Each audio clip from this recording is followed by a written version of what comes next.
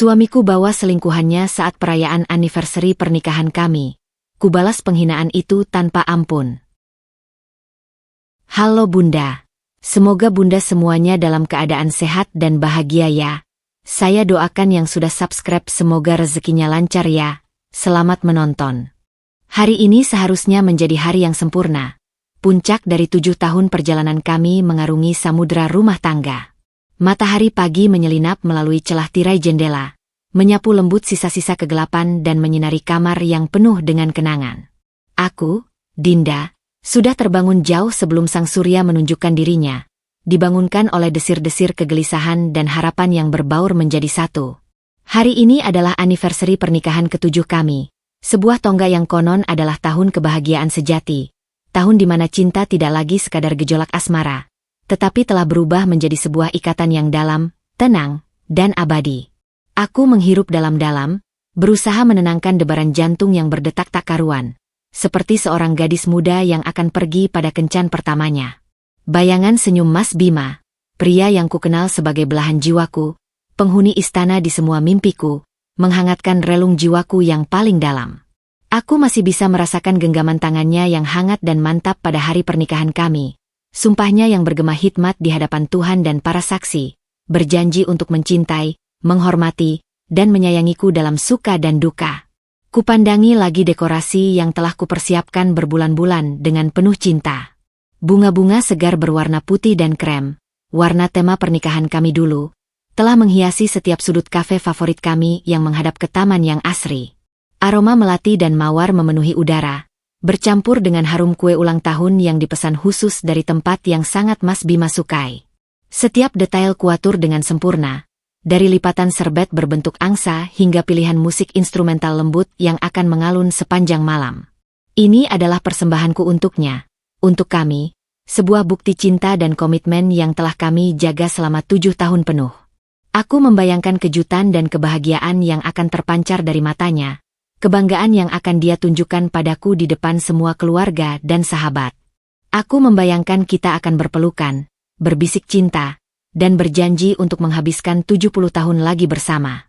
Namun, di balik semua kesempurnaan yang berusaha kuwujudkan, ada sebuah firasat aneh, sebuah kegelisahan samar yang terus menggerayangi sukacitaku, seperti awan kelabu kecil di langit yang cerah.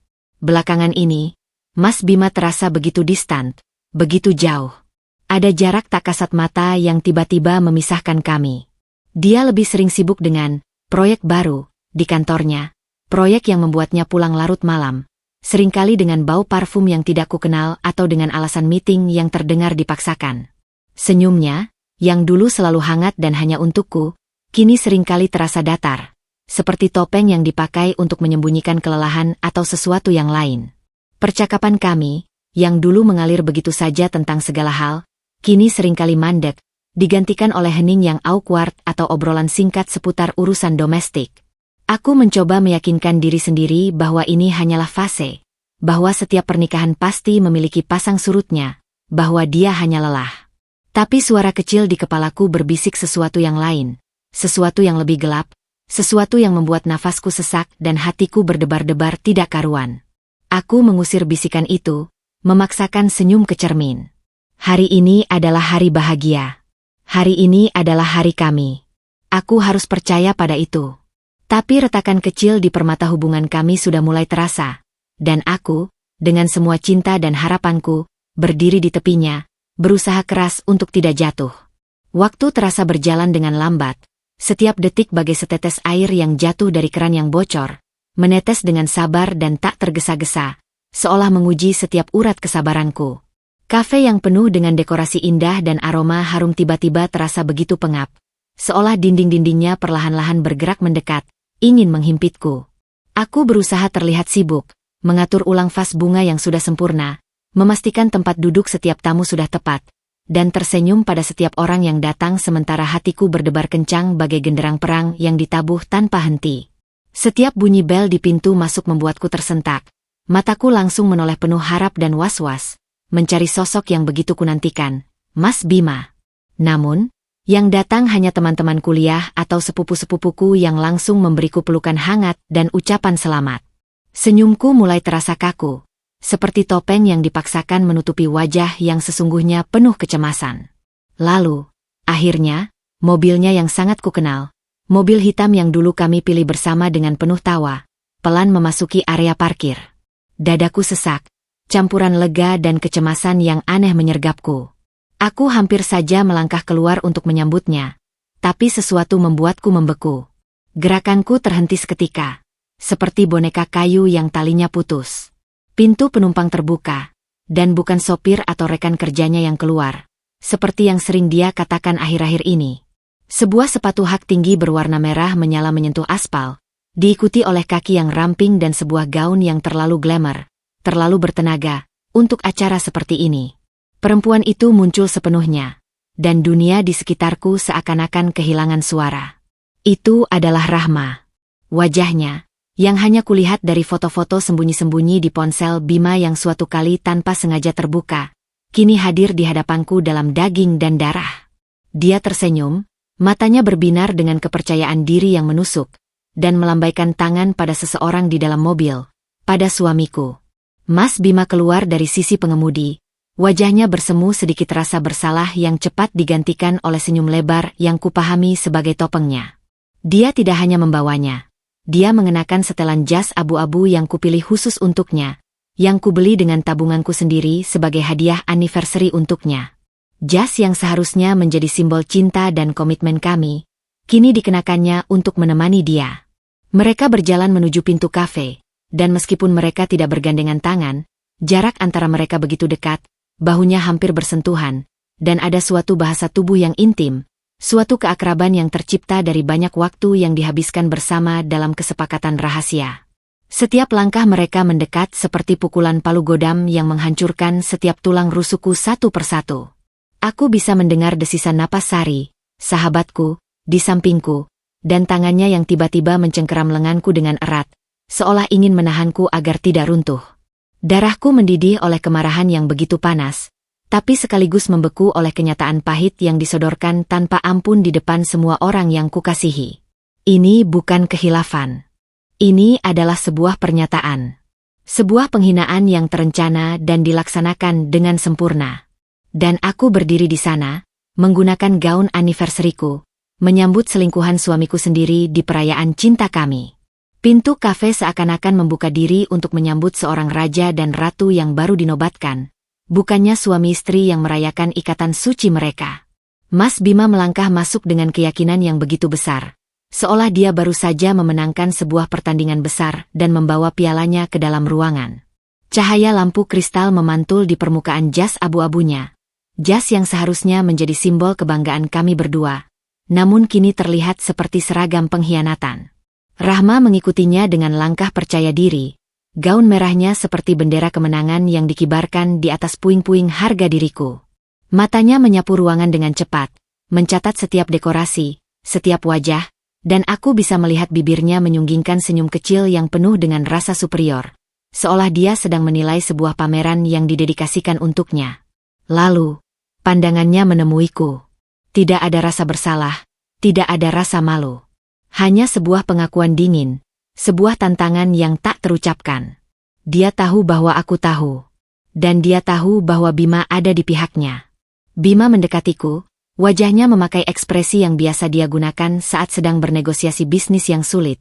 Percaya diri, sedikit merendah, tetapi dengan keteguhan yang tak tergoyahkan. "Dinda, ini Rahma," katanya. Suaranya terdengar begitu biasa, begitu normal, seolah dia memperkenalkan seorang klien biasa. Udara di sekitarku seakan mengental, membuatku sulit bernapas. Kolega dari kantor baru. Kebetulan dia lagi sendirian, jadi kuajak saja. Biar meriah. Kata-kata itu meluncur dari mulutnya dengan mudahnya, seperti sebuah narasi yang sudah dia latih berulang kali di depan cermin. Biar meriah, seolah kehadirannya adalah sebuah tambahan yang disambut baik, sebuah kehormatan untuk perayaan kami, bukan sebuah pelanggaran yang tak termaafkan. Dia kemudian membungkuk, mendekatkan wajahnya ke pipiku.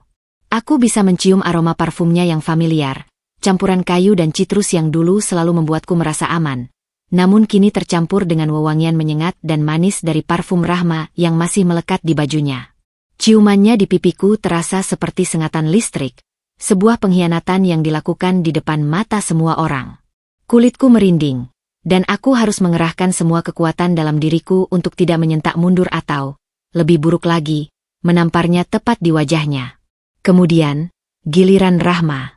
Dia melangkah sedikit ke depan, senyumnya semakin lebar, namun tidak sampai ke matanya yang tetap dingin dan menghitung. "Selamat anniversary, Mbak Dinda," ucapnya, suaranya sengaja dibuat lembut dan manis, namun nada merendahkan itu tak bisa disembunyikan. Dia memilih untuk memanggilku, Mbak. Sebuah panggilan yang seharusnya sopan namun dalam konteks ini terasa seperti sebuah upaya untuk menegaskan usia dan posisiku sebagai yang lama. "Mas Bima sering cerita betapa hebatnya kamu." Kalimat itu menggantung di udara, beracun. Itu bukan pujian. Itu adalah tuduhan halus. Sebuah pengakuan bahwa dia telah membicarakanku dengan suamiku, bahwa mereka telah berbagi tawa atas kehebatanku, bahwa dia telah memasuki ruang intim kami dan sekarang hadir untuk mengambil alih. Aku memandang sekeliling. Ibuku, yang duduk di kursi terdekat, wajahnya pucat bagai kain kafan. Tangannya menggenggam erat sapu tangannya hingga buku-bukunya putih. Beberapa teman dekatku saling bertukar pandang, mata mereka penuh dengan ketidakpercayaan dan rasa tidak nyaman yang membara. Suasana yang tadinya hangat dan penuh tawa, berubah menjadi dingin dan kaku. Semua orang terdiam, menunggu reaksiku. Mereka menyaksikan sebuah drama penghinaan yang dipentaskan dengan sangat berani, dan aku adalah pemain utama yang tidak pernah kuinginkan peran ini. Disinilah, di puncak perayaan cintaku, aku disodorkan pada sebuah pilihan, menerima penghinaan ini dengan diam, atau melawan dan mempertontonkan kehancuran rumah tanggaku di depan semua orang. Dan dalam keheningan yang memekakan telinga itu, aku tahu, perang telah diumumkan. Rasa mual yang tiba-tiba dan hebat menyergapku, naik dari dasar perut seperti gelombang pasang yang ingin menghanyutkan semua kesadaranku. Lidahku secara refleks menggigit ke dalam, dan rasa besi yang tajam dan familiar dari darah sendiri memenuhi mulutku. Sebuah sensasi nyata dan menyakitkan yang menjadi penahan kuat agar aku tidak terseret oleh pusaran emosi yang mengamuk di dalam. Air mata, panas dan menyengat, sudah berkumpul di sudut mataku, berdesakan meminta izin untuk meluber, untuk membersihkan penghinaan ini dengan menunjukkan betapa terlukanya aku. Namun, di balik semua keinginan untuk berurai air mata itu, sebuah suara yang lebih keras, lebih dingin, dan lebih keras kepala berbicara. "Tidak. Tidak di sini. Tidak di depan mereka. Tidak di depan dia." Aku menelan ludah yang terasa pahit bercampur darah, memaksanya turun bersama dengan semua keinginan untuk berteriak, untuk merobek gaun merah itu, untuk mempermalukan mereka berdua di hadapan semua tamu. Nafasku yang tadinya tersengal-sengal ku kendalikan perlahan, ku tarik dalam-dalam melalui hidung dan ku hembuskan pelan melalui mulut, sebuah teknik yang kupelajari dari kelas yoga untuk menenangkan diri, dan ironisnya, Bima yang dulu mendorongku untuk mengikutinya agar tidak terlalu stres mengurus rumah tangga. Oh, betapa ironi yang pahit dan menyakitkan. Lalu, dengan sebuah usaha yang terasa seperti mengangkat beban seberat gunung, otot-otot di wajahku kukeraskan dan kukendalikan untuk membentuk sebuah senyum. Bukan senyum yang tulus yang biasa kuberikan untuknya, tetapi senyum yang tipis, datar, dan dingin seperti pisau bedah yang baru diasah. Senyum itu terasa seperti topeng besi yang menempel erat di kulitku, menyembunyikan setiap kedipan rasa sakit, setiap kerutan kemarahan. "Tentu saja, silakan duduk," kataku, dan suaraku sendiri terdengar asing di telingaku, terdengar begitu stabil, begitu biasa, seolah kehadiran Rahma adalah hal yang paling wajar di dunia. Bahkan, ada nada penerimaan yang hampir ramah yang berhasil kuselipkan dalam kalimat itu. Sebuah prestasi akting yang tidak pernah kusadari ada dalam diriku. Di balik senyum dan kata-kata palsu itu, sebuah keputusan yang keras dan tak tergoyahkan telah lahir. Ini bukan lagi sekadar rasa sakit karena dikhianati. Ini adalah deklarasi perang. Bima tidak hanya menyakiti hatiku, dia telah dengan sengaja dan penuh perhitungan menyerang harga diriku, martabatku, di depan orang-orang yang paling kuhormati dan kucintai. Dia pikir dia bisa melakukan ini dan lolos begitu saja. Dia pikir air mataku dan kehancuranku akan menjadi mahkota kemenangannya. Dia pikir aku, Dinda, yang selalu mendukungnya, yang selalu mengalah untuk kebahagiaannya, akan tetap diam dan menerima nasib ini. Dia salah. Sangat salah. Dengan setiap detik yang berlalu, dengan setiap senyuman palsu yang kuberikan pada tamu lainnya, dengan setiap pandanganku yang sengaja menghindari mereka berdua yang sekarang duduk di meja yang seharusnya hanya untuk kami, niat balas dendam itu mengkristal menjadi sebuah rencana yang dingin dan terperinci. Kau cari perkara, Bima? Kau membawa selingkuhanmu ke dalam pesta perayaan cinta kita? Kau mempermalukanku dengan begitu keji dan tanpa ampun? Maka, kau akan mendapatkannya. Tapi tidak dengan air mata atau teriakan. Tidak dengan drama yang kau harapkan. Kau akan mendapatkannya dengan caraku. Dengan senyumanku yang paling manis dan dengan pembalasan yang paling sempurna yang pernah kau terima dalam hidupmu. Permainan baru saja dimulai, dan kau bahkan tidak menyadari bahwa kau sudah membuat langkah pertama yang salah. Waktu berjalan dengan beban yang terasa nyata. Setiap detik adalah siksaan yang harus kujalani dengan senyum terkekang dan percakapan sopan yang hampa.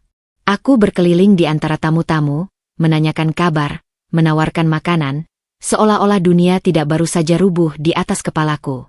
Setiap tawa yang meledak dari meja tempat Bima dan Rahma duduk, tertawa terlalu keras, terlalu dibuat-buat, terdengar seperti pisau yang memutar-mutar lukanya di dalam dadaku. Tapi dengan setiap pisau itu, niat balas dendamku mengeras, berubah dari rasa sakit yang panas menjadi tekad yang dingin dan membeku. Aku melihat cara Rahma sesekali menyentuh lengan Bima, cara dia membisikkan sesuatu ke telinganya, dan cara Bima tersenyum padanya. Senyum yang dulu hanya untukku. Itu adalah bahan bakar yang membakar tekadku hingga membara. Akhirnya, MC yang kusewa mengumumkan bahwa saatnya untuk pemotongan kue. Jantungku berdebar kencang, bukan lagi karena gugup, tapi karena antisipasi. Ini adalah momennya. Kue 3 tingkat yang indah, dihiasi dengan indah dengan bunga-bunga gula yang rumit, digulingkan ke tengah ruangan. Semua mata tertuju padanya, termasuk Bima dan Rahma, yang terlihat puas dan nyaman, tenggelam dalam ilusi kemenangan mereka. Aku mengambil mikrofon dari MC. Tanganku tidak gemetar. Suaraku, saat kuuji dengan sebuah "halo", terdengar jelas dan mantap, bergema di kesunyian yang tiba-tiba turun. Pertama-tama, sekali lagi, terima kasih yang sebesar-besarnya untuk semua yang sudah meluangkan waktu datang merayakan hari yang spesial ini. Kataku, mataku menyapu ruangan, berhenti sejenak pada wajah ibu yang penuh kekhawatiran dan Sari yang mencoba memberikan senyum penyemangat. 7 tahun bukan waktu yang singkat. Penuh dengan cerita, tawa, dan tentu saja pelajaran. Aku jeda, merasakan perhatian semua orang tertambat padaku. Suasana sudah mulai berubah. Mereka merasakan ada sesuatu yang tidak biasa dalam nadaku. Lalu, aku memandang langsung ke arah Bima dan Rahma. Senyumku tidak pudar, hanya berubah, menjadi lebih tajam, lebih bermakna. Dan anniversary kali ini menjadi sangat spesial. Lanjutku, suaraku seperti baja, karena ada sebuah pelajaran yang sangat berharga, yang pahit, tapi harus dibagikan. Sebuah pelajaran tentang kepercayaan, kesetiaan, dan harga diri. Wajah Bima yang tadinya santai, tiba-tiba berubah. Matanya menyipit, waspada. Dia mulai menyadari bahwa ini bukanlah pidato anniversary biasa. Dia sedikit bergerak, seperti ingin berdiri, tetapi kemudian membeku. Aku mengangkat tangan, memberi isyarat yang telah kusepakati pada operator sound dan proyektor yang berdiri di sudut ruangan. Karena itu, untuk melengkapi perayaan ini, saya ingin membagikan presentasi singkat. Sebuah kilas balik yang berbeda. Lagu instrumental lembut yang mengalun tiba-tiba terputus. Ruangan menjadi sunyi. Lalu, layar proyektor besar di dinding yang tadinya gelap, tiba-tiba menyala. Gambar pertama yang muncul adalah foto kami, Bima dan aku, di pelaminan 7 tahun yang lalu. Kami tersenyum lepas. Mata kami berbinar penuh cinta dan harapan. Desisan lembut dan senyum nostalgia melintas di antara tamu. Itu hanya berlangsung beberapa detik. Kemudian, slide berganti. Yang muncul bukan lagi foto kebahagiaan. Yang terpampang besar-besaran untuk dilihat semua orang adalah printout percakapan WhatsApp. Nama, Sayang Hati Merah 2, yang biasa Bima gunakan untuk memanggilku di kontaknya. Tapi sekarang isinya adalah percakapan mesra dengan nomor yang tidak kukenal. Aku tidak bisa berhenti memikirkanmu. Bunyi satu pesan dari Bima. Pulang nanti aku urus dia. Janji. Nanti malam kita ketemuan ya? dia lagi arisan. Pesan dari nomor itu, yang sekarang aku tahu adalah Rahma, membalas dengan, "Jangan lupa parfum yang aku suka ya, sayang. Aku tunggu." Suara decak kaget dan bisikan-bisikan yang tidak percaya mulai memenuhi ruangan. Wajah Bima berubah pucat pasi. Rahma, di sampingnya, terlihat membeku. Tangannya yang sedang memegang gelas bergetar hingga airnya nyaris tumpah. Slide berikutnya adalah foto selfie mereka berdua. Bima dengan senyum lebar, memeluk Rahma dari belakang di sebuah restoran yang jelas-jelas bukan tempat rapat kantor.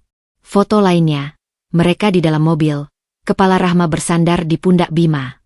Dan yang terakhir, sebuah foto di mana Rahma menggunakan sebuah tas mewah yang pernah kulihat di kartu kredit Bima, dengan caption dari Bima, "Untuk ratu kecilku."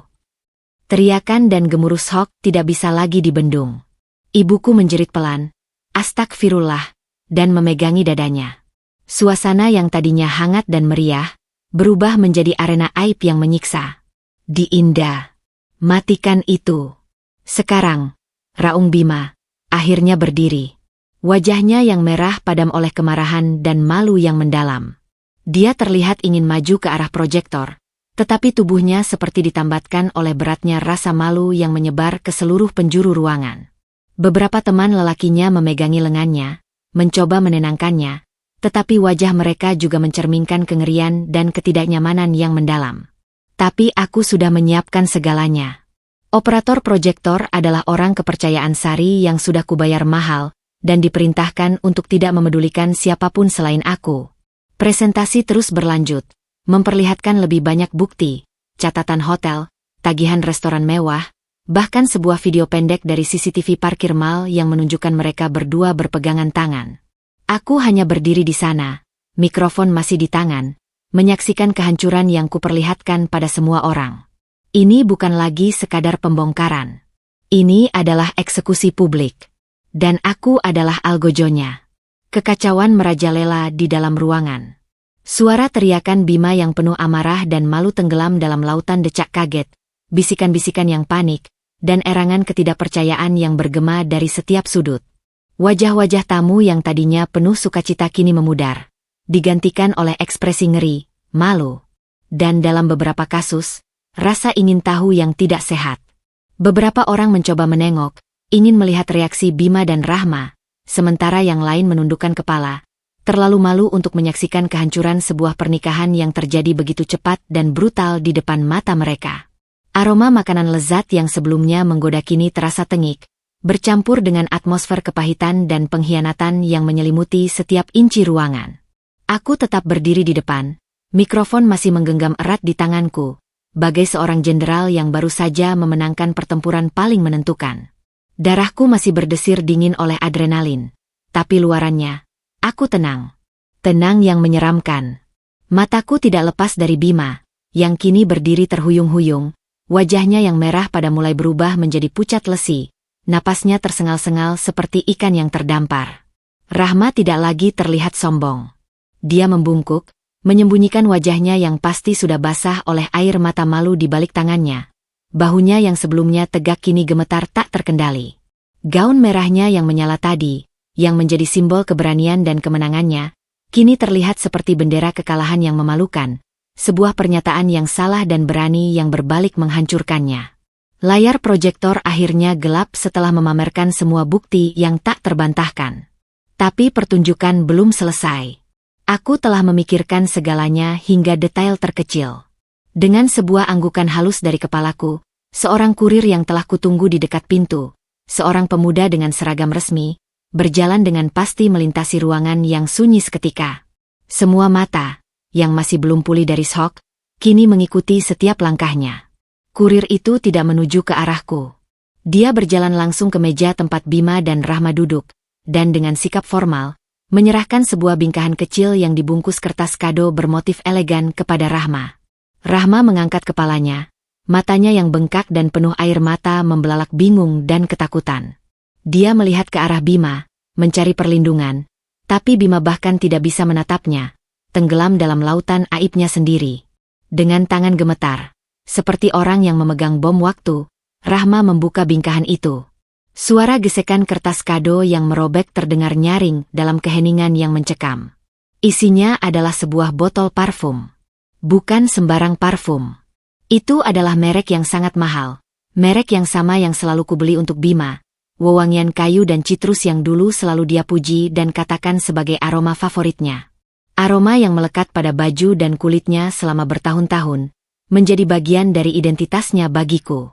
Lalu, aku berbicara. Suaraku, yang masih terproyeksi melalui mikrofon, terdengar jernih dan dingin, memotong tegangan di udara seperti pisau silet.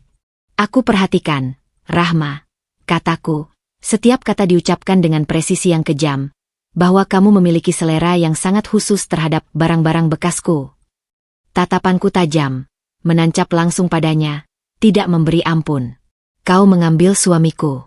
Kau mungkin menginginkan hidupnya, statusnya, dan semua yang dia miliki, yang sebenarnya sebagian adalah milikku juga. Aku jeda, membiarkan kata-kata itu menyengat. Jadi, kupikirkan, untuk melengkapi koleksimu, kamu mungkin juga akan menyukai parfumnya. Suaraku kemudian berubah lebih rendah, namun justru lebih menusuk. Aku sudah tidak memakainya lagi. Karena bagiku sekarang, aroma itu akan selamanya mengingatkanku pada bau pengkhianatan, bau dusta, dan bau pengkhianatan yang kau dan dia ciptakan. Rahma menjerit kecil, sebuah suara yang penuh rasa malu dan sakit hati. Dia melempar botol parfum itu seolah-olah isinya adalah asam yang membakar kulitnya. Botol itu jatuh ke lantai berkarpet, menggelinding tak bertuan, sebuah simbol hadiah yang beracun dan penuh penghinaan. Air matanya kini mengalir deras, menghapus riasan wajahnya yang sempurna, meninggalkan corengan yang memperlihatkan wajah aslinya yang rapuh dan hancur. Dia terjebak, dipermalukan, dan dihancurkan di panggung yang dia pilih sendiri untuk memamerkan kemenangannya. Aku meletakkan mikrofon dengan perlahan, suara tut kecilnya menandakan akhir dari segalanya. Aku tidak lagi memandang mereka. Aku memandang semua tamu yang hadir, para saksi dari kehancuran ini. Acara perayaan ini sudah selesai, kataku, suaraku sekarang datar namun penuh wibawa. Untuk yang ingin tetap menikmati hidangan, silakan. Makanan sudah dibayar. Sedangkan untuk kalian berdua, aku akhirnya menoleh ke arah Bima dan Rahma untuk terakhir kalinya. Tatapanku kosong, tanpa amarah, tanpa air mata, hanya penerimaan yang dingin akan akhir dari segalanya. Ada pintu. Keluar dari perayaanku. Dan keluar dari hidupku. Aku berbalik, meninggalkan mereka yang hancur di tengah puing-puing harga diri mereka sendiri. Langkahku mantap, meninggalkan ruangan yang penuh dengan keheningan yang berat, diiringi oleh pandangan campuran kengerian, rasa iba, dan mungkin, kekaguman atas pembalasan yang sempurna dan tanpa ampun yang baru saja mereka saksikan. Aku bukan lagi korban. Aku adalah algojo yang telah menjalankan tugasnya. Langkah kakiku meninggalkan kafe terasa seperti berjalan di atas pecahan kaca.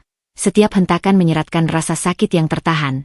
Namun tekadku untuk tidak menunjukkan kelemahan sedikit pun membuat tubuhku tegak dan pandanganku lurus ke depan. Aku bisa merasakan ratusan pasang mata menatap punggungku. Ada yang penuh iba, ada yang dengan rasa kagum yang terpana, dan tak sedikit yang dengan syok yang masih membeku. Suara tangis Rahma yang terisak-isak dan suara Bima yang masih mencoba membela diri dengan marah yang tak karuan perlahan-lahan mereda, ditelan oleh pintu kaca yang tertutup di belakangku. Udara malam yang sejuk menyambutku, namun terasa panas dan pengap di paru-paruku, seolah masih menyimpan aroma pengkhianatan dan aib yang baru saja terjadi. Sari dan ibuku segera menyusul, wajah mereka pucat namun mata mereka memancarkan kekuatan yang kubutuhkan. Ibuku memelukku erat. Tubuhnya yang lebih kecil dariku gemetar, namun pelukannya terasa seperti benteng yang kokoh. Anakku, bisiknya, suaranya serak oleh tangis yang ditahannya. Ibu di sini. Ibu di sini. Sari tidak banyak bicara. Dia hanya memegangi bahuku, memberiku dukungan fisik yang nyata, sambil matanya yang tajam memandang sekeliling seolah-olah ingin memastikan tidak ada lagi ancaman yang akan mendekat. Mereka membimbingku ke mobil Sari, meninggalkan tempat yang seharusnya menjadi saksi kebahagiaanku, namun kini menjadi medan laga di mana harga diriku baru saja diperjuangkan dengan cara yang paling brutal. Perjalanan pulang terasa sunyi. Aku menatap keluar jendela, melihat lampu-lampu kota yang berkelap-kelip, Setiap cahaya seolah menyoroti kembali adegan demi adegan yang baru saja terjadi. Aku tidak menangis. Rasanya seperti semua air mataku sudah menguap oleh panasnya amarah dan dinginnya rencana balas dendam yang telah kujalankan. Yang tersisa adalah sebuah kehampasan yang luas dan lebar, seperti dataran gersang setelah kebakaran hutan, hangus, sunyi, dan penuh dengan abu kenangan. Mobil berhenti di depan rumah yang dulu kusebut sebagai istana kebahagiaanku. Kini, ia terasa seperti sebuah kuburan yang megah, penuh dengan hantu-hantu kenangan yang akan menghantuiku. Aku berterima kasih pada Sari dan ibuku, meyakinkan mereka bahwa aku baik-baik saja dan butuh waktu sendirian. Mereka enggan pergi, tetapi akhirnya menurut, berjanji untuk menungguku di dalam mobil di luar, tidak mau meninggalkanku sendirian sepenuhnya. Aku masuk ke dalam rumah yang gelap dan sunyi. Setiap sudutnya berteriak mengenang Bima. Foto pernikahan kami di dinding, hadiah-hadiah anniversary sebelumnya yang terpajang di etalase, bahkan aroma rumah yang familiar. Semuanya terasa seperti sebuah lelucon yang kejam. Aku melepas sepatu hak tinggiku, berjalan tanpa arah di ruang tamu. Tubuhku mulai gemetar hebat sekarang ketika adrenalinnya mulai mereda. Lalu, pintu depan terbanting terbuka. Bima masuk dengan wajah yang masih merah oleh amarah dan malu, napasnya berat dan berbau alkohol. Dia pasti sudah mampir ke suatu tempat untuk menenggak minuman keras setelah kejadian itu. Dinda, raungnya. Suaranya menggema di rumah yang sunyi, penuh dengan kebencian dan ketidakpercayaan. Apa yang telah kau lakukan? Kau pikir kau siapa? Mempermalukanku seperti itu di depan semua orang. Keluargaku, teman-temanku, atasanku. Dia melangkah mendekatiku, tubuhnya goyah, matanya merah dan liar. Aku tidak mundur. Aku hanya berdiri di tengah ruangan, menghadapinya dengan ketenangan yang bahkan membuatku sendiri terkejut. Kau menghancurkan segalanya. Karirku. Namaku. Teriaknya lagi, tangannya menunjuk-nunjuk ke arahku. Akhirnya, aku berbicara. Suaraku terdengar datar, hampir seperti robot, tidak mengandung emosi sama sekali. Kau yang memulai perang ini, Bima. Kataku, setiap kata diucapkan dengan jelas dan perlahan, memastikan dia mendengar dan memahami setiap suku katanya. Kau yang membawa selingkuhanmu ke perayaan anniversary kita. Kau yang mempermalukanku, menghina aku, dan menginjak-injak 7 tahun pernikahan kita di depan semua orang yang kita cintai. Aku memandangnya langsung ke matanya, dan untuk pertama kalinya malam ini, aku melihat selipan rasa takut di balik amarahnya. Aku tidak memulai perang ini. Aku hanya yang mengakhirinya. Dan kau tidak akan pernah bisa memaafkanku untuk itu? Kau tidak akan pernah bisa memaafkanku karena membela diri? Karena menolak untuk dipermalukan? Dia terdiam sejenak, terhuyung oleh ketenanganku yang lebih menakutkan daripada amarahnya. Kemudian, amarahnya meledak lagi. Kau gila. Kau wanita gila yang iri dan posesif. Dia tidak berarti apa-apa. Itu hanya kesalahan kecil. Itu bukan kesalahan kecil, Bima. Itu adalah pilihan. Dan malam ini, kau membuat pilihan lagi. Kau memilih untuk membawanya ke sana. Dan aku membuat pilihanku. Aku berbalik, tidak sanggup lagi melihat wajahnya. Sekarang, keluar dari rumahku. Dia menggeram, mengumpat, dan akhirnya membanting pintu begitu keras hingga kaca jendela bergetar. Suara mobilnya yang pergi dengan tergesa-gesa memecah kesunyian malam. Aku berdiri di tengah ruangan yang gelap, sendiri, akhirnya membiarkan air mata yang tertahan sepanjang malam mengalir deras. Namun, ini bukan air mata untuknya. Ini adalah air mata untuk diriku yang lama, untuk Dinda yang naif dan percaya, yang akhirnya mati malam ini. Dan dari puing-puing kehancuran ini, seseorang yang lebih kuat dan lebih keras akan lahir. Perang mungkin sudah berakhir malam ini, tetapi pertempuran untuk hidupku yang baru saja dimulai. Keesokan harinya, matahari terbit menyinari dunia yang terasa sangat berbeda. Rumah yang dulu dipenuhi tawa dan kehangatan, kini terasa seperti sebuah museum yang sunyi, memamerkan artefak-artefak dari sebuah kehidupan yang sudah tidak lagi nyata. Aku bangun dengan kepala pening dan mata yang bengkak, namun dengan tekad yang telah mengeras seperti baja yang ditempa dalam api pengkhianatan. Rasa sakitnya masih ada, menusuk tajam setiap kali aku melihat foto kami atau mencium aroma kopi yang masih tersisa di dapur. Aroma yang dulu selalu kami nikmati bersama di pagi hari. Tapi sekarang, rasa sakit itu kubahasiakan, kubahamkan jauh di dalam, dan kugunakan sebagai bahan bakar untuk langkah-langkah selanjutnya. Ini bukan lagi tentang kesedihan. Ini tentang kelangsungan hidup. Ini tentang memastikan bahwa Bima tidak hanya memahami konsekuensi dari tindakannya, tetapi benar-benar merasakannya. Proses perceraian, seperti yang telah kuduga, tidak berjalan mulus. Melalui pengacaranya, Bima menyatakan sikap yang arogan dan meremehkan. Dia menawarkan penyelesaian yang tidak adil, hanya sebagian kecil dari harta Gonogini yang seharusnya menjadi hakku, dan nafkah yang hanya cukup untuk sekadar bertahan hidup, bukan untuk hidup layak. Pengacaranya, seorang pria dengan kacamata tebal dan senyum tipis, berbicara seolah-olah aku adalah seorang pengemis yang meminta belas kasihan, bukan seorang istri yang setia selama 7 tahun yang haknya dilanggar. Ini adalah tawaran yang sangat baik, Ibu Dinda, mengingat Ibu tidak memiliki penghasilan tetap dan semua aset ini pada dasarnya dibangun oleh klien saya, katanya, dengan nada yang merendahkan. Aku bisa mendengar bayangan Bima di balik kata-kata itu, yakin bahwa aku, yang selama ini bergantung padanya secara finansial, akan menyerah dan menerima apapun yang dia berikan hanya untuk mengakhiri segalanya dengan cepat. Dia salah. Ketergantungan finansialku padanya adalah sebuah pilihan yang kubuat untuk mendukung karirnya, untuk mengurus rumah tangga kami, dan itu bukanlah kelemahan. Itu adalah pengorbanan.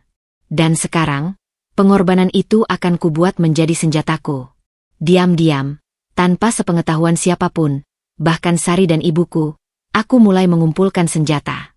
Malam-malam yang kuhabiskan dengan menangis, kini kuganti dengan menyisir tumpukan dokumen keuangan, laporan bank, dan tagihan kartu kredit. Aku selalu teliti dalam mengatur keuangan rumah tangga, dan naluri itu sekarang kukaryakan sepenuhnya. Aku menemukan sesuatu yang selama ini terlewat, sebuah akun bank terpisah yang tidak kuketahui, yang digunakan untuk transfer-transfer rutin dalam jumlah yang tidak kecil. Transfer-transfer itu selalu dilakukan tepat sebelum atau setelah tanggal di mana Bima mengklaim sedang dalam perjalanan dinas. Penerimanya? Sebuah nomor rekening yang atas nama Rahma. Tidak hanya itu. Dengan hati-hati, aku memeriksa kembali tagihan kartu kredit perusahaan yang biasa Bima bawa. Ada pola yang mencurigakan. Pembelian di butik-butik mewah, reservasi di hotel-hotel bintang 5, dan tagihan makan di restoran-restoran romantis yang jelas-jelas bukan untuk keperluan bisnis, selalu terjadi pada hari-hari di mana aku sedang tidak bersamanya, atau ketika dia mengaku sedang meeting dengan klien. Aku bahkan menemukan catatan perjalanan dinas yang dipalsukan, tiket pesan dan reservasi hotel yang dibayar perusahaan, tetapi pada kenyataannya, dia menggunakan waktu itu untuk berlibur dengan Rahma. Ini bukan lagi sekadar perselingkuhan. Ini adalah penipuan. Penyalahgunaan wewenang dan dana perusahaan untuk kepentingan pribadi dan perselingkuhannya. Aku menyimpan semua bukti ini dengan rapi, membuat salinan digital dan fisik, dan menyimpannya di tempat yang aman. Lalu, dengan hati yang berdebar-debar namun penuh keyakinan, aku mengambil langkah berani. Aku tahu atasan Bima, Pak Handoko, adalah teman kuliah ayahku. Aku menghubunginya, bukan sebagai istri yang memohon belas kasihan, tetapi sebagai seorang whistleblower yang menyampaikan informasi penting tentang penyimpangan dalam perusahaannya. Pertemuan kami diatur dengan sangat rahasia. Aku menyodorkan semua bukti yang kukumpulkan, transfer mencurigakan, tagihan kartu kredit, catatan perjalanan yang tidak konsisten. Saya tidak meminta Bima dipecat, Pak, kataku dengan tenang, meski jantungku berdebar kencang. Saya hanya merasa bahwa sebagai perusahaan yang reputasinya baik, Anda berhak mengetahui hal ini. Dana perusahaan digunakan untuk membiayai perselingkuhan dan gaya hidup mewah selingkuhan suami saya. Pak Handoko melihat dokumen-dokumen itu dengan wajah yang semakin suram. Dia menghela napas panjang. Ini sangat serius, Dinda. Saya berterima kasih telah memberitahu saya. Perusahaan akan melakukan audit internal. Aku keluar dari ruangan itu dengan perasaan campur aduk. Ada rasa bersalah karena telah mengkhianati suami sendiri, tetapi itu dengan cepat tergantikan oleh rasa keadilan. Bima telah mengkhianati kami, pernikahan kami, dan bahkan perusahaannya. Dia bermain dengan api, dan sekarang dia akan merasakan panasnya. Perang dingin telah dimulai, dan aku baru saja meluncurkan serangan pertama yang akan mengguncang dunianya. Beberapa minggu berlalu setelah pertemuanku dengan Pak Handoko. Minggu-minggu yang kuhabiskan dalam ketegangan yang hampir tak tertahankan, bagai menunggu badai yang pasti akan datang namun tak kunjung tiba. Rumah terasa seperti bunker, tempat aku bersembunyi sambil menyaksikan, melalui jejak digital yang masih tersambung, kehidupan Bima yang tampaknya terus berlanjut tanpa gangguan. Aku masih bisa melihatnya terkadang mengunggah foto-foto di media sosial, duduk di kafe yang mewah, tersenyum dengan percaya diri, seolah-olah skandal memalukan di anniversary kami hanyalah mimpi buruk yang sudah terlupakan. Setiap senyumannya di foto seperti pisau yang mengirisku perlahan, membuatku bertanya-tanya apakah usahaku sia-sia, apakah orang seperti dia memang kebal terhadap karma. Namun, di balik layar, roda-roda keadilan mulai berputar. Audit internal yang dilakukan perusahaan Bima berlangsung dengan sangat diam-diam dan teliti. Aku tahu ini dari beberapa pesan singkat dari Pak Handoko yang hanya berbunyi, "Proses sedang berjalan," atau "Terima kasih atas kesabaranmu." Setiap pesan itu memberiku secercah harapan, sekaligus menambah kecemasan akan apa yang akan terjadi. Lalu, pada suatu Selasa pagi yang tampak biasa saja, teleponku berdering. Itu adalah nomor yang tidak kukenal. Tapi sesuatu di naluriku membuatku mengangkatnya. Suara di seberang adalah seorang wanita muda, terdengar gugup dan terburu-buru. "Bu Dinda? Saya Maya, dari bagian HRD perusahaan Mas Bima." Suaranya bergetar. Saya mungkin tidak seharusnya menelepon, tapi saya adalah teman kuliah adik Anda dulu, dan saya merasa Anda perlu tahu." Dadaku berdebar kencang. "Tahu apa, Maya?" "Mas Bima, dia baru saja dipanggil ke ruang direksi. Ada surat peringatan keras yang diterimanya. Katanya untuk penyalahgunaan wewenang dan dana perusahaan. Mereka menemukan bukti pembayaran untuk hotel dan barang mewah yang tidak terkait dengan proyek. Dia terancam dipecat. Bu, reputasinya di sini hancur." Aku mendengar suara Maya terputus-putus, seolah dia berbicara dengan berbisik dari balik pintu. Semua orang di kantor membicarakannya. Dia dulu begitu dihormati, tapi sekarang orang hanya melihatnya sebagai penipu. Aku mengucapkan terima kasih kepada Maya dengan suara yang hampir tidak keluar dari tenggorokanku, lalu menutup telepon. Tanganku gemetar. Ini benar-benar terjadi. Karmanya mulai datang. Beberapa jam kemudian, Bima meneleponku. Suaranya bukan lagi suara arogan dan percaya diri yang kukenal. Itu adalah suara yang pecah, penuh kepanikan dan kemarahan yang tak berdaya. "Apa yang telah kau lakukan, Dinda?" teriaknya, dan aku bisa membayangkan wajahnya yang merah padam dan berkeringat. "Kau melaporkanku ke Handoko? Kau tahu apa yang kau lakukan? Karirku, segalanya, hancur." Aku mendengarkannya tanpa menyela, merasakan sebuah kepuasan yang dingin dan gelap mengalir dalam diriku. Dia terus berbicara.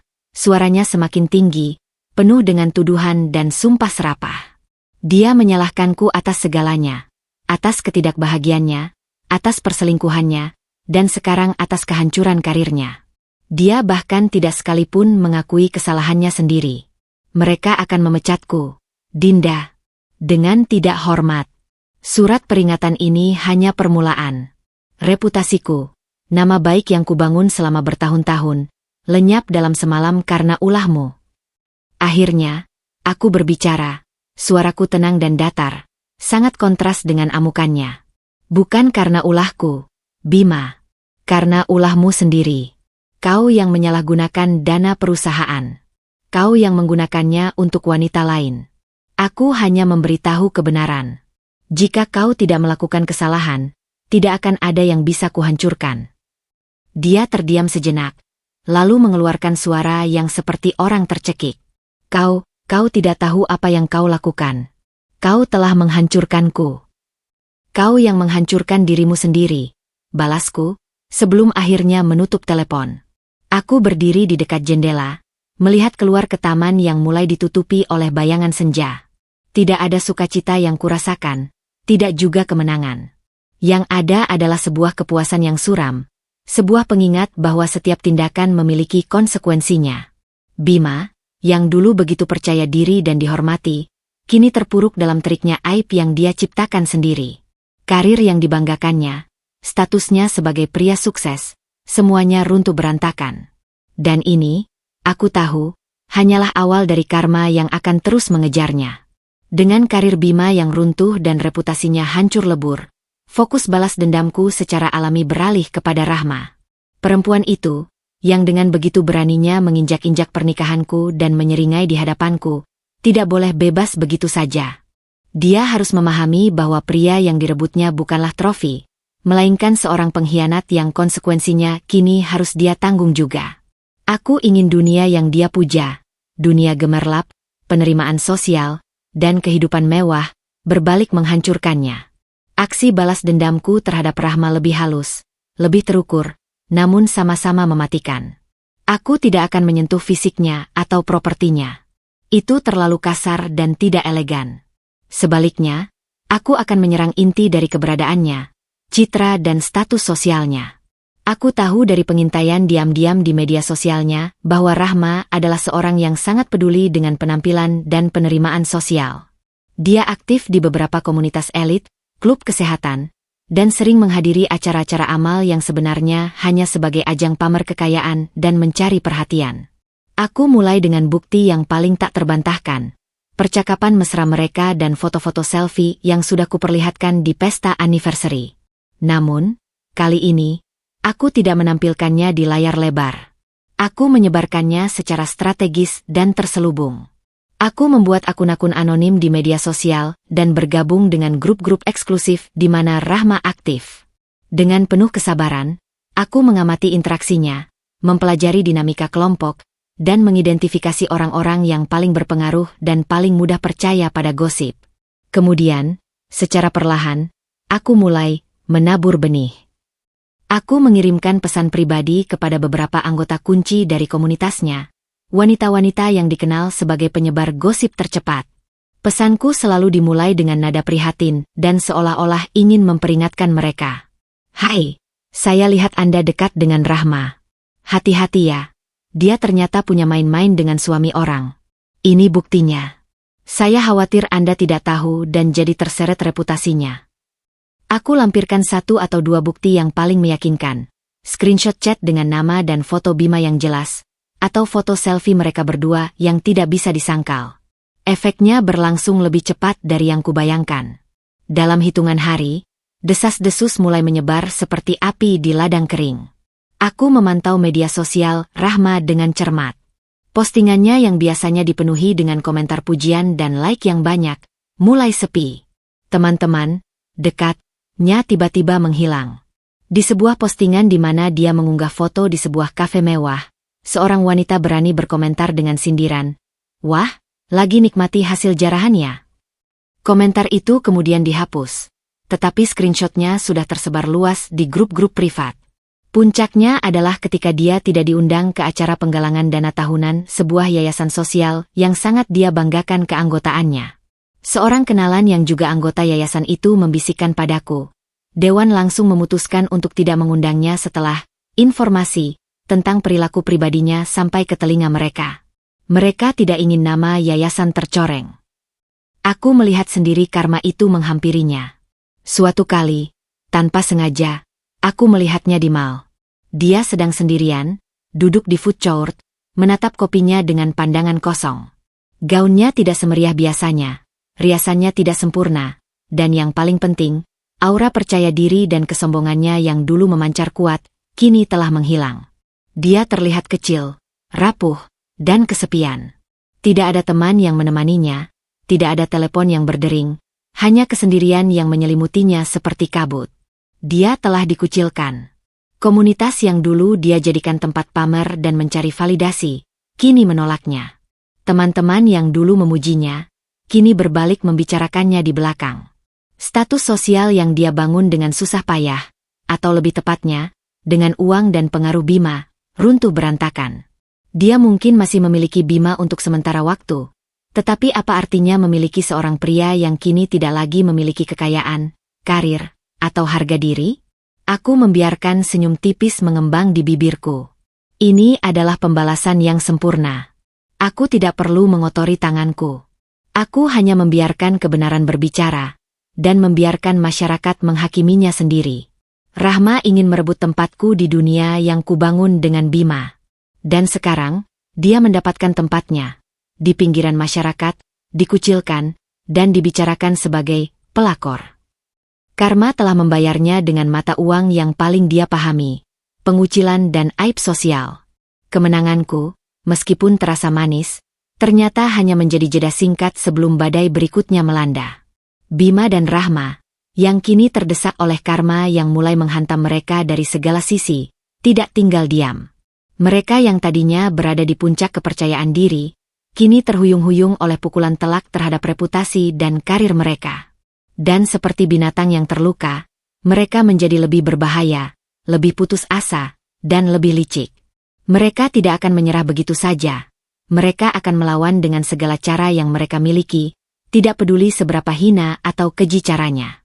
Serangan balik mereka dimulai dengan senjata yang paling klasik dan seringkali paling efektif, gosip dan fitnah. Jika aku menyerang dengan bukti-bukti nyata, mereka membalas dengan narasi palsu yang dirancang untuk merusak karakterku. Tujuannya jelas, mengalihkan perhatian dari kesalahan mereka yang telah terbukti dan menjadikanku sebagai pihak yang bersalah, sehingga simpati publik berbalik kepada mereka. Aku pertama kali menyadarinya dari perubahan sikap beberapa kenalan yang dulunya netral atau bahkan mendukungku. Tatapan mereka menjadi avoiding, atau mereka tiba-tiba sibuk ketika aku mendekat. Bisik-bisik yang tadinya membicarakan aib Bima dan Rahma, perlahan mulai menyelipkan namaku dengan nada yang berbeda. Iya, tapi katanya Dinda juga nggak becus ngurus rumah tangga.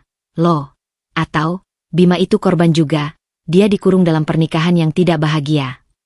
Lalu, muncul saksi.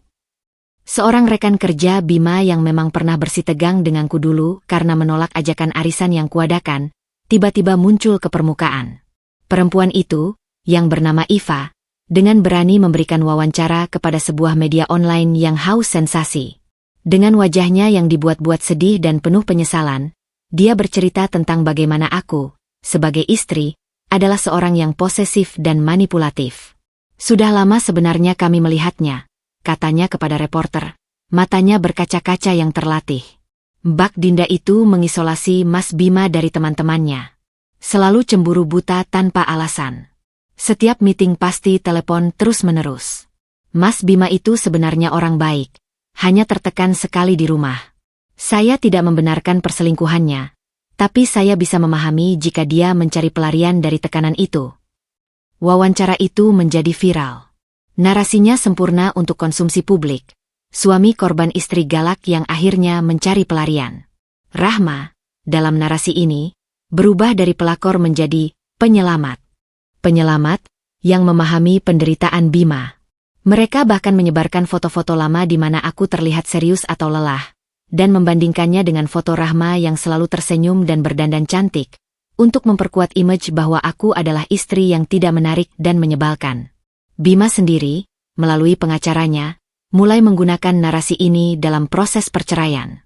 Mereka mengajukan counter-argumen bahwa perselingkuhan terjadi karena ketidakharmonisan rumah tangga yang disebabkan oleh sikap istri, dan berusaha untuk mengurangi tuntutan nafkah dan pembagian harta dengan alasan bahwa merekalah, Bima dan Rahma, yang merupakan korban dari kehidupannya bersamaku.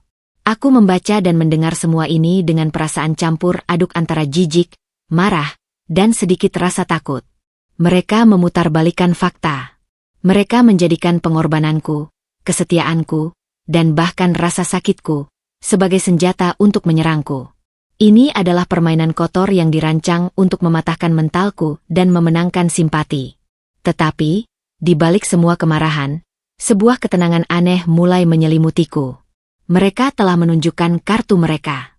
Mereka tidak memiliki bukti nyata, hanya kata-kata dan manipulasi. Dan aku masih memiliki segudang bukti yang belum dibuka. Mereka mungkin telah memulai permainan kotor, tetapi merekalah yang tidak siap untuk konsekuensi ketika permainan itu berbalik melawan mereka. Pertempuran narasi telah dimulai, dan aku tidak akan membiarkan mereka memenangkannya dengan mudah. Serangan fitnah yang diluncurkan Bima dan Rahma bagai racun yang merayap pelan namun pasti, mencemari persepsi orang-orang di sekitarku.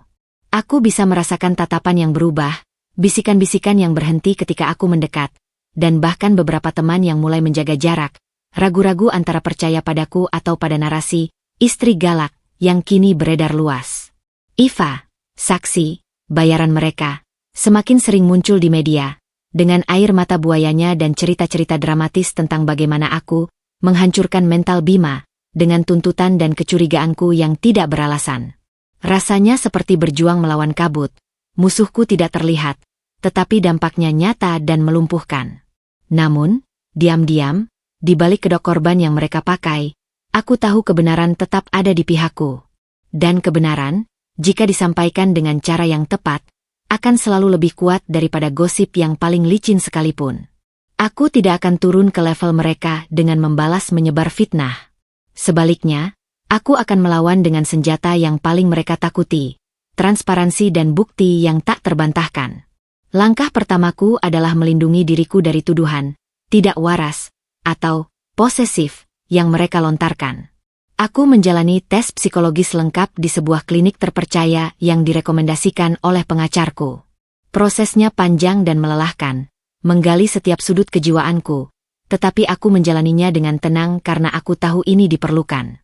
Hasilnya adalah sebuah laporan lengkap yang menyatakan bahwa aku secara psikologis stabil, sehat, dan tidak menunjukkan tanda-tanda gangguan kecemasan atau paranoia yang mereka tuduhkan. Laporan itu kumumkan secara resmi melalui pengacarku, sebuah tameng profesional yang mematahkan tuduhan tidak berdasar mereka. Tapi itu belum cukup. Mereka menyerang dengan kata-kata, dan aku akan membalas dengan rekaman kata-kata mereka sendiri. Beberapa minggu setelah kejadian anniversary, ketika Bima mencoba untuk berbicara dan meminta maaf dengan setengah hati, sebuah upaya yang kusadari sekarang hanya taktik untuk membuatku lengah, aku dengan hati-hati merekam setiap percakapan kami. Aku tahu itu mungkin terlihat ekstrim, tetapi naluriku berkata bahwa aku membutuhkan perlindungan. Dan ternyata benar. Dalam rekaman itu, suara Bima terdengar jelas, mengakui perselingkuhannya tanpa tedeng aling-aling. Aku salah, Dinda. Aku terlena. Rahma, dia memberiku perhatian yang tidak kamu berikan, katanya, mencoba membenarkan diri. Yang lebih penting, dalam satu percakapan yang sangat tegang, dia bahkan mengakui bahwa membawa Rahma ke pesta anniversary adalah sebuah kesalahan yang didorong oleh tekanan Rahma sendiri. Dia terus mendesakku untuk memperkenalkannya ke duniamu, untuk membuatmu menerima keberadaannya. Aku tahu itu gila, tapi aku tidak bisa menolaknya. Rekaman ini adalah bukti audio yang tak terbantahkan. Ini bukan lagi tentang chat atau foto yang bisa mereka bantah dengan mudah. Ini adalah suara asli Bima, mengakui segala sesuatu. Aku tidak menyebarkan rekaman ini sembarangan. Aku memberikannya kepada pengacarku, yang kemudian memainkannya dalam sebuah sidang mediasi tertutup dengan pengacara Bima dan pihak pengadilan. Efeknya langsung terlihat. Wajah pengacara Bima berubah pucat. Segala tuduhan tentang istri tidak waras dan pernikahan tidak harmonis karena sikap istri runtuh seketika. Bagaimana mungkin seorang suami bisa mengaku bersalah dan menyalahkan selingkuhannya jika dia adalah korban dari istri yang galak dan posesif?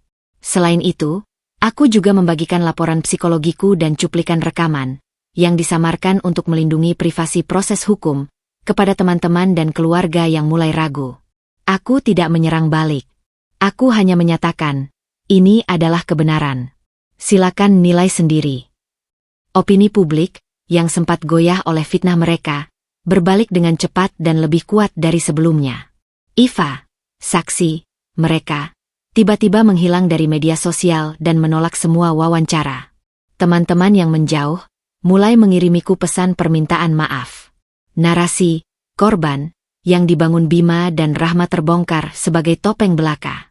Mereka telah memainkan permainan kotor, tetapi mereka lupa bahwa kebenaran adalah pedang yang paling tajam. Aku tidak hanya mematahkan serangan mereka, tetapi juga mempermalukan mereka sekali lagi di mata hukum dan masyarakat. Kini, mereka tidak hanya menghadapi aib perselingkuhan, tetapi juga label sebagai pemfitnah dan pembual.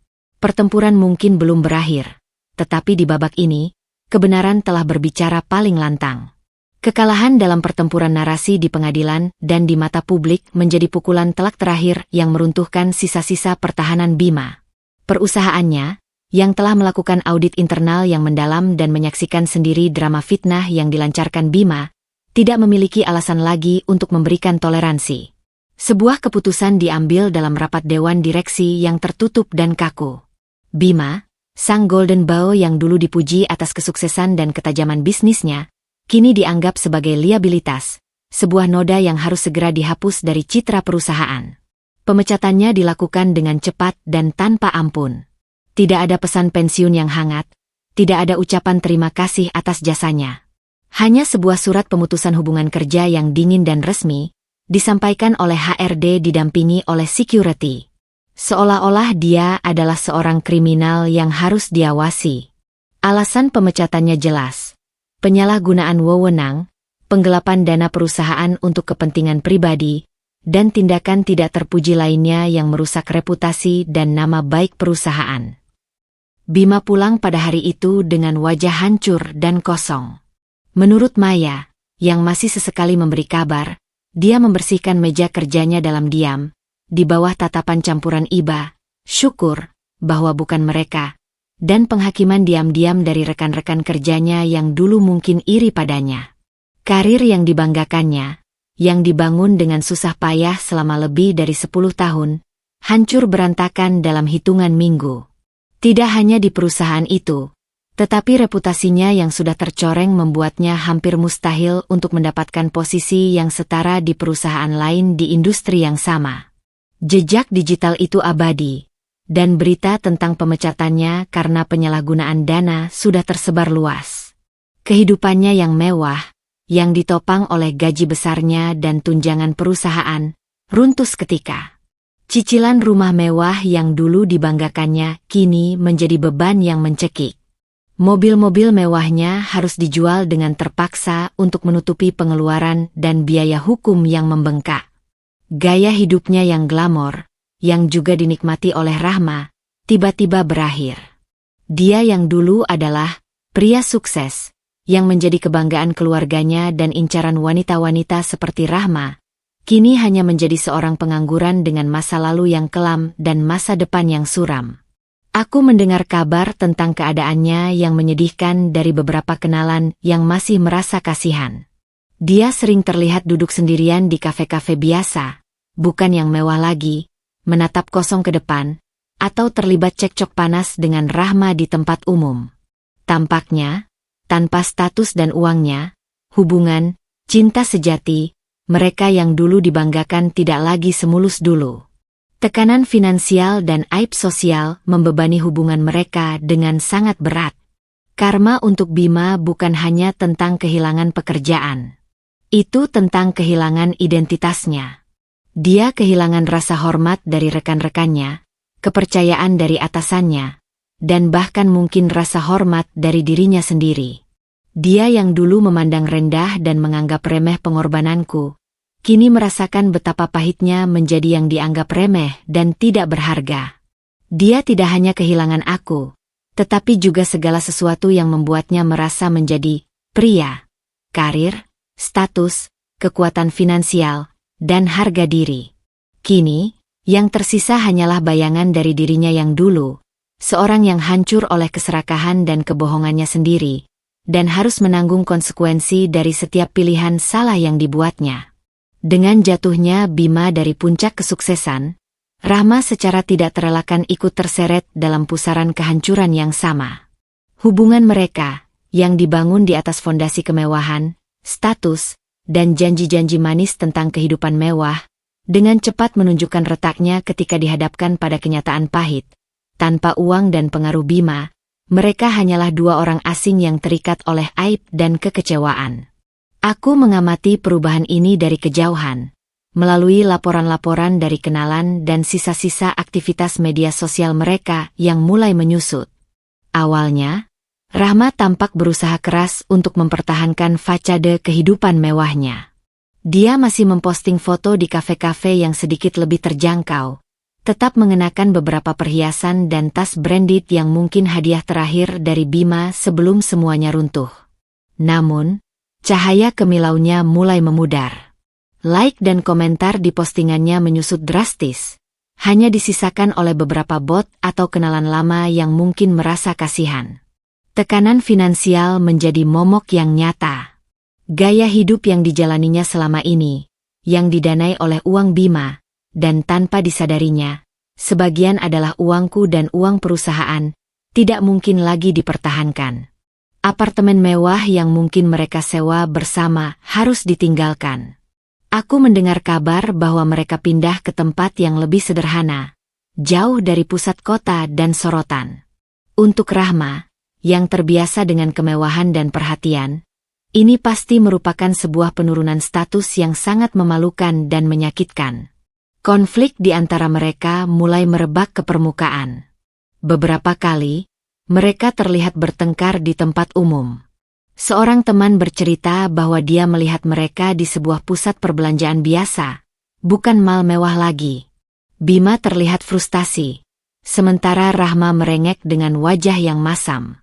Mereka berdebat soal sesuatu yang sepele, kayak soal Rahma yang mau beli tas tapi Bima bilang gak ada uang, cerita temanku. Rahma teriak-teriak, bilang Bima sudah janji ini itu. Bima kelihatan malu banget. Cubit dia dan suruh dia diam. Adegan itu menggambarkan betapa hubungan mereka telah merosot dari percintaan terlarang yang glamor menjadi pertengkaran konyol tentang urusan uang. Rahma mulai menyadari kenyataan pahit yang selama ini tidak ingin dia lihat, bahwa yang dia incar bukanlah Bima sebagai pribadi, tetapi Bima yang kaya dan mapan. Tanpa lapisan kekayaan dan status itu, Bima hanyalah seorang pria separuh baya yang pengangguran, berantakan, dan penuh dengan masalah hukum serta aib. Cinta yang dia klaim sebagai sejati dan tak terelakkan, ternyata rapuh dan sangat tergantung pada kondisi materi. Kekecewaan dan kemarahan Rahma pasti membara. Dia telah mengorbankan reputasinya, dicap sebagai pelakor, dikucilkan dari lingkaran sosialnya. Semua untuk seorang pria yang kini tidak bisa memberinya apa-apa selain masalah. Dia yang dulu merasa menjadi pemenang karena merebut suami orang, kini menyadari bahwa dia justru mendapatkan sisa-sisa yang sudah hancur berantakan. Persis seperti yang kusindir dalam hadiah anniversary-ku yang beracun. Karma untuk Rahma adalah pencerahan yang pahit. Dia menyadari bahwa dia bukanlah sang penakluk yang hebat, tetapi hanya seorang pelaku yang tertipu oleh ilusi kemewahan. Dia terjebak dalam hubungan yang toksik dengan seorang pria yang dia tidak cintai lagi, tetapi mungkin juga terlalu malu untuk meninggalkannya karena akan menjadi bahan tertawaan yang lebih besar. Hidupnya yang dulu dipenuhi pesta dan tas branded, kini dipenuhi oleh perhitungan uang belanja dan aib yang tidak bisa dihapus.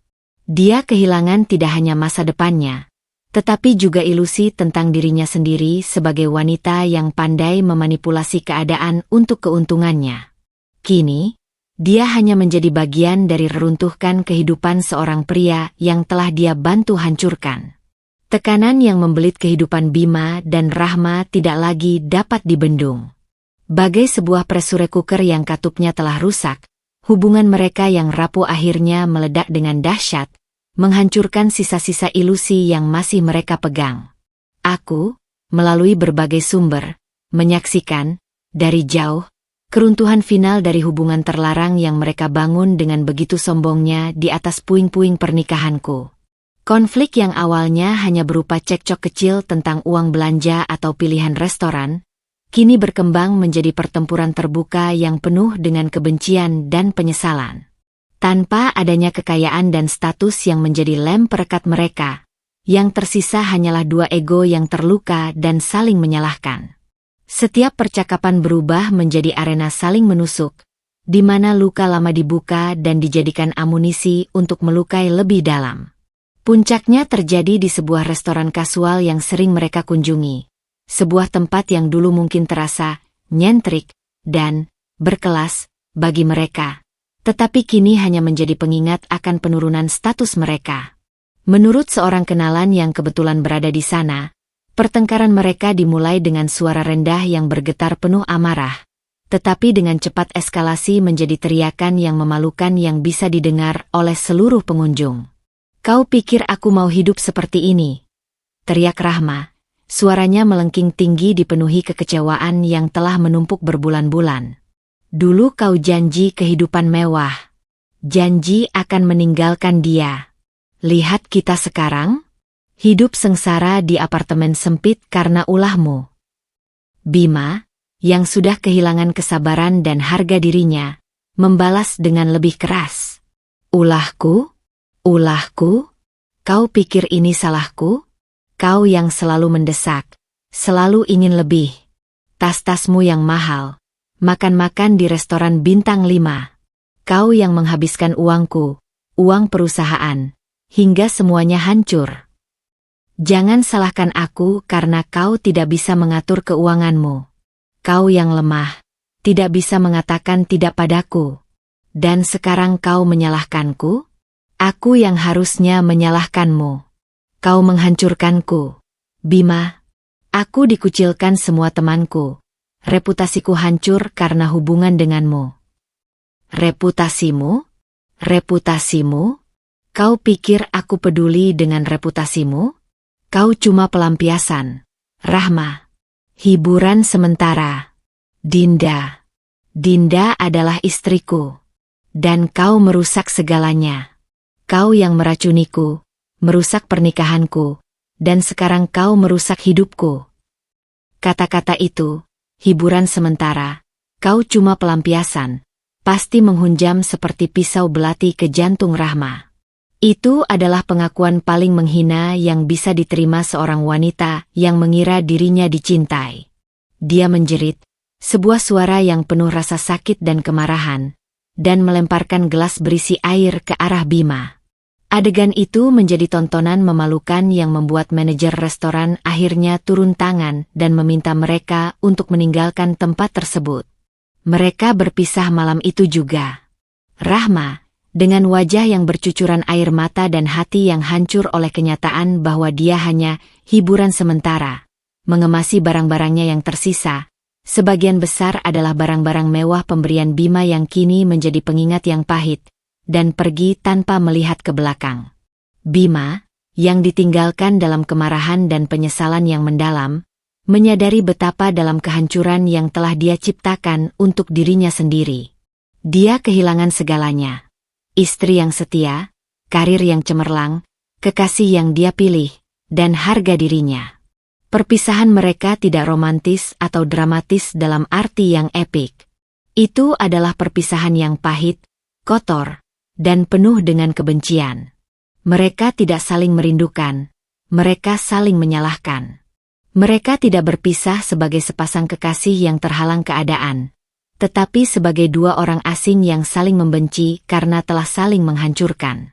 Cinta mereka, yang dulu mereka banggakan sebagai tak terelakkan dan sejati, ternyata hanya fata morgana yang lenyap ketika dihadapkan pada uang yang menipis dan aib yang menumpuk. Mereka berpisah bukan dengan pelukan terakhir, tetapi dengan teriakan dan sumpah serapah, meninggalkan satu sama lain untuk menanggung beban kesalahan mereka masing-masing sendirian. Dan dalam kehancuran mereka, aku akhirnya melihat keadilan yang kutunggu-tunggu. Sementara kehidupan Bima dan Rahma hancur berantakan dalam gelombang saling menyalahkan dan penyesalan, dunia di sekitarku justru mulai memperlihatkan warna-warna baru. Proses perceraian yang awalnya terasa seperti pertempuran berdarah, perlahan tapi pasti mulai bergerak menuju penyelesaian. Dengan semua bukti yang tak terbantahkan, rekaman audio, laporan keuangan, dan testimoni dari atasan Bima, pengacaraku dengan percaya diri melangkah dalam setiap negosiasi. Pihak Bima, yang kini kehilangan sandaran dan semangatnya, tidak lagi memiliki tenaga atau sumber daya untuk melawan. Mereka akhirnya menyetujui hampir semua tuntutanku. Pembagian harta gonogini yang adil, nafkah yang layak, dan hak penuh atas rumah yang selama ini kami tempati. Sebuah kemenangan finansial yang memberiku fondasi kokoh untuk memulai babak baru. Namun, yang lebih penting dari kemenangan materi adalah kebangkitan jiwaku. Awalnya, rumah yang besar terasa sunyi dan penuh dengan hantu kenangan. Namun, perlahan-lahan, aku mulai mengubahnya. Aku menjual beberapa perabot yang mengingatkanku pada dia, mengecat ulang dinding dengan warna-warna cerah pilihanku sendiri, dan membuka jendela-jendela lebar untuk membiarkan udara segar dan cahaya matahari mengusir segala energi negatif yang bersemayam.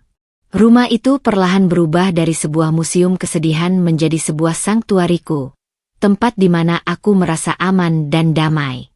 Yang paling membebaskan adalah kemandirian finansial yang kuraih. Uang dari penyelesaian cerai tidak kubiarkan menganggur. Dengan ketelitian yang kupelajari dari mengatur keuangan rumah tangga, dan ironisnya, dari menyelidiki pengeluaran Bima, aku mulai merencanakan bisnis kecil-kecualan. Aku selalu pandai memasak, dan resep-resepku sering dipuji tamu dalam setiap acara yang kuselenggarakan. Seorang teman menyarankanku untuk mencoba catering rumahan. Dengan sisa tabungan dan sebagian dari uang cerai, aku memberanikan diri memulai bisnis catering kecil-kecualan. Aku membeli peralatan dapur yang diperlukan, membuat akun media sosial, dan menawarkan paket-paket makan siang untuk kantor dan acara-acara kecil.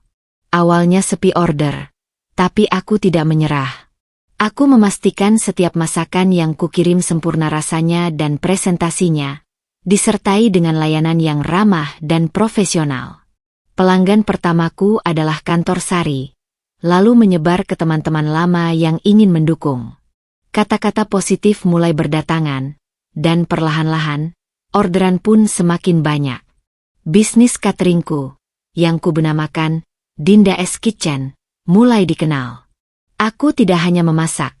Aku menemukan passion dan rasa percaya diri yang selama ini terkubur dalam peran sebagai istri Bima.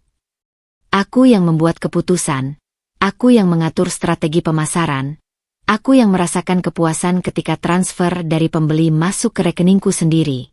Itu adalah perasaan yang sangat membebaskan dan memuaskan. Dikelilingi oleh keluarga dan sahabat yang tidak pernah goyah mendukung. Ibu yang selalu siap menjaga ketika aku harus bekerja. Sari yang menjadi sales marketing tidak resmi dengan mempromosikan cateringku ke semua kenalannya. Aku merasa lebih kuat dari sebelumnya. Aku tidak lagi menjadi Dinda yang korban, yang hanya bisa menangis dan meratapi pengkhianatan. Aku telah berubah menjadi seorang penyintas, seorang pejuang, dan seorang wanita mandiri yang berani membangun kembali hidupnya dari puing-puing kehancuran. Kebanggaan terbesar bukanlah pada kesuksesan bisnis atau uang yang kudapat, tetapi pada rasa hormat yang kukembalikan untuk diriku sendiri. Aku belajar bahwa harga diriku tidak ditentukan oleh pengakuan atau kesetiaan seorang laki-laki, tetapi oleh bagaimana aku menghargai dan membela diri sendiri. Kebangkitan Dinda bukanlah tentang membalas dendam, tetapi tentang menemukan kembali siapa aku sebenarnya di luar label sebagai seorang istri, dan merangkul kekuatan yang selama ini ada dalam diriku sendiri. Aku telah melalui api penyucian, dan yang keluar bukanlah abu, tetapi sebuah permata yang lebih kuat dan lebih berkilau dari sebelumnya. Waktu terus bergulir, membawa serta perubahan yang tak terelakkan. Musim hujan telah tiba, dan rintik-rintik air yang mengetuk jendela kamarku seolah membasuh sisa-sisa kepahitan yang masih tersisa di sudut-sudut hatiku. Dinda's Kitchen semakin berkembang, tidak hanya sekadar catering rumahan lagi, tetapi telah memiliki beberapa karyawan tetap dan melayani orderan untuk acara-acara yang lebih besar. Kesibukan baru ini mengisi hari-hariku dengan makna dan pencapaian yang nyata, sesuatu yang sepenuhnya milikku. Suatu sore, ketika aku sedang menyelesaikan laporan keuangan bulanan di ruang makan yang kini juga berfungsi sebagai kantorku, teleponku berdering. Itu adalah nomor yang tidak kukenal, tetapi ada getaran aneh di naluriku yang membuatku mengangkatnya. Suara di seberang sana membuatku membeku. Itu adalah Bima. Tapi bukan Bima yang arogan dan penuh percaya diri, bukan juga Bima yang marah dan penuh kebencian. Suaranya parau, lemah, dan terputus-putus, seperti seseorang yang kehabisan tenaga untuk melanjutkan hidup. Dinda, gumannya, dan dalam satu kata itu terkandung lautan penyesalan yang begitu dalam. Aku tahu aku tidak berhak menelepon. Tapi, Aku harus. Aku diam, memberinya ruang untuk berbicara, sementara tanganku berkeringat dan jantungku berdebar kencang. Bukan karena cinta, tetapi karena gelombang emosi yang kompleks, sedih, jijik, dan sedikit rasa iba. Dinda, aku menyesal. Kata-kata itu keluar seperti erangan, seolah sangat menyakitkan untuk diucapkan. Aku menyesal atas segalanya. Atas Rahma, atas pesta anniversary itu, atas semua kepalsuan dan kebohongan. Aku telah menghancurkan segalanya. Karirku habis. Hidupku hancur. Dia terdiam sejenak, dan aku bisa mendengar suara terisaknya yang ditahan. Aku bermimpi tentang kita. Tentang bagaimana dulu. Tentang senyummu, tentang masakanmu, tentang cara kau mendukungku tanpa lelah. Aku sangat bodoh, Dinda. Aku membuang permata untuk mendapatkan batu. Aku ingin kembali. Aku ingin kita kembali seperti dulu. Aku akan berubah. Aku janji. Aku akan menjadi suami yang lebih baik. Tolong, beri aku kesempatan lagi. Suaranya pecah, penuh dengan air mata dan keputusasaan yang nyata. Ini bukan lagi taktik atau manipulasi. Ini adalah penyesalan yang tulus dari seorang pria yang telah kehilangan segalanya dan menyadari betapa dalam kesalahannya. Aku mendengarkan setiap katanya, membiarkan penyesalannya mengalir di telingaku. Dan anehnya, di saat itu, aku tidak merasakan kemenangan atau kebahagiaan. Yang kurasakan justru sebuah kedamaian yang aneh. Sebuah penutup untuk sebuah bab yang panjang dan menyakitkan. Aku menarik napas dalam-dalam. Bima, kataku, suaraku lembut namun tegas, tidak mengandung kebencian, tetapi juga tidak mengandung harapan. Aku mendengar kamu, dan aku tahu penyesalanmu itu nyata. Dia terdiam, seolah menunggu keajaiban, menunggu pengampunan yang dia harapkan bisa mengembalikan kehidupannya yang hancur. Tapi, lanjutku, kembali seperti dulu, itu tidak mungkin. Dulu, itu sudah tidak ada lagi. Dulu, itu adalah Dinda yang mempercayaimu tanpa syarat, yang mencintaimu lebih dari segalanya. Wanita itu sudah tidak ada lagi. Kau dan Rahma telah mengajarkannya pelajaran yang sangat keras dan menyakitkan. Pelajaran bahwa cinta dan pengorbanan saja tidak cukup jika diberikan kepada orang yang salah. Aku berhenti sejenak, memilih kata-kataku dengan hati-hati. Aku tidak membencimu lagi, Bima.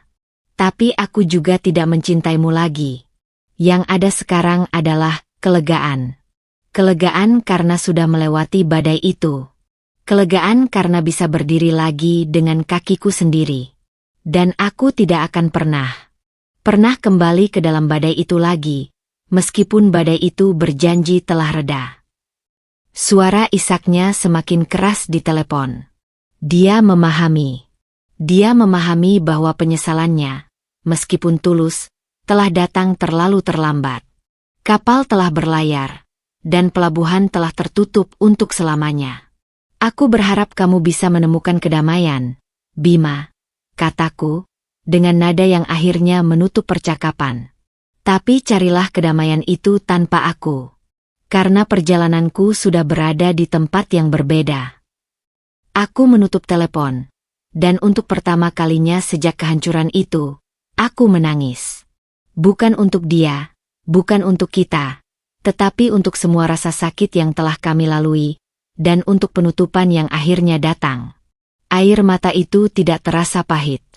Terasa seperti hujan yang membersihkan, menyiapkanku untuk hari esok yang lebih cerah. Penyesalannya mungkin telat, tetapi penerimaanku atas akhir cerita kami tidak.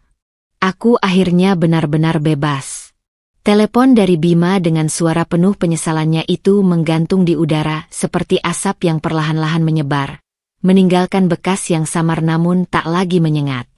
Aku duduk di ruang kerjaku yang baru, dikelilingi oleh catatan pesanan catering dan aroma rempah-rempah yang segar, dan menyadari bahwa sesuatu dalam diriku telah bergeser secara permanen. Tangis yang keluar setelah menutup telepon bukanlah tangis kerinduan atau penyesalan, melainkan tangis pelepasan terakhir dari belenggu masa lalu. Aku telah mengubur mayat hubungan kami, dan sekarang yang tersisa hanyalah kenangan yang telah kehilangan kekuatannya untuk menyakitiku. Beberapa hari kemudian, Bima mencoba lagi. Kali ini, dia muncul di depan rumah. Aku melihatnya melalui jendela, berdiri di bawah gerimis hujan sore, tanpa payung, tubuhnya yang dulu tegak kini sedikit membungkuk. Wajahnya yang dulu percaya diri kini terlihat lesu dan penuh kerutan kecemasan. Dia terlihat seperti bayangan dari pria yang dulu kukenal. Ada dorongan dalam hatiku untuk membuka pintu, untuk menawarkan secangkir kopi hangat, untuk menunjukkan belas kasihan yang mungkin dia harapkan. Tapi aku menahan diri. Belas kasihan bukanlah apa yang dia butuhkan, dan bukan pula yang kubutuhkan. Apa yang kami butuhkan adalah kejelasan dan batas yang tegas. Aku membuka pintu, tetapi tidak mempersilakannya masuk. Aku berdiri di ambang pintu, memisahkan dunia lamanya yang berantakan dengan dunianya yang baru yang kubangun dengan susah payah. Dia basah kuyup, matanya merah, dan napasnya beruap dalam udara dingin. Dinda, katanya, suaranya serak. Aku tidak bisa tidur. Aku terus memikirkan segalanya. Aku sungguh-sungguh menyesal. Lihatlah aku. Aku sudah hancur. Tidak ada yang tersisa. Tapi jika kita bisa mencoba lagi, mungkin kita bisa membangun kembali segalanya. Perlahan-lahan. Dia melihat kepadaku dengan harapan yang begitu besar. Seperti seorang yang tenggelam yang mencoba meraih sebatang kayu terakhir. Dan dalam detik itu, aku memahami sepenuhnya perbedaan antara kami yang sekarang. Dia melihatku sebagai penyelamat, sebagai jalan kembali ke kehidupan lamanya yang nyaman. Tapi aku tidak lagi ingin menjadi penyelamat siapapun, kecuali untuk diriku sendiri. Aku menghela napas, bukan karena berat, tapi karena lega. Bima, kataku, suaraku tenang dan jernih, seperti air yang mengalir setelah badai. Dulu, mungkin aku akan memaafkanmu.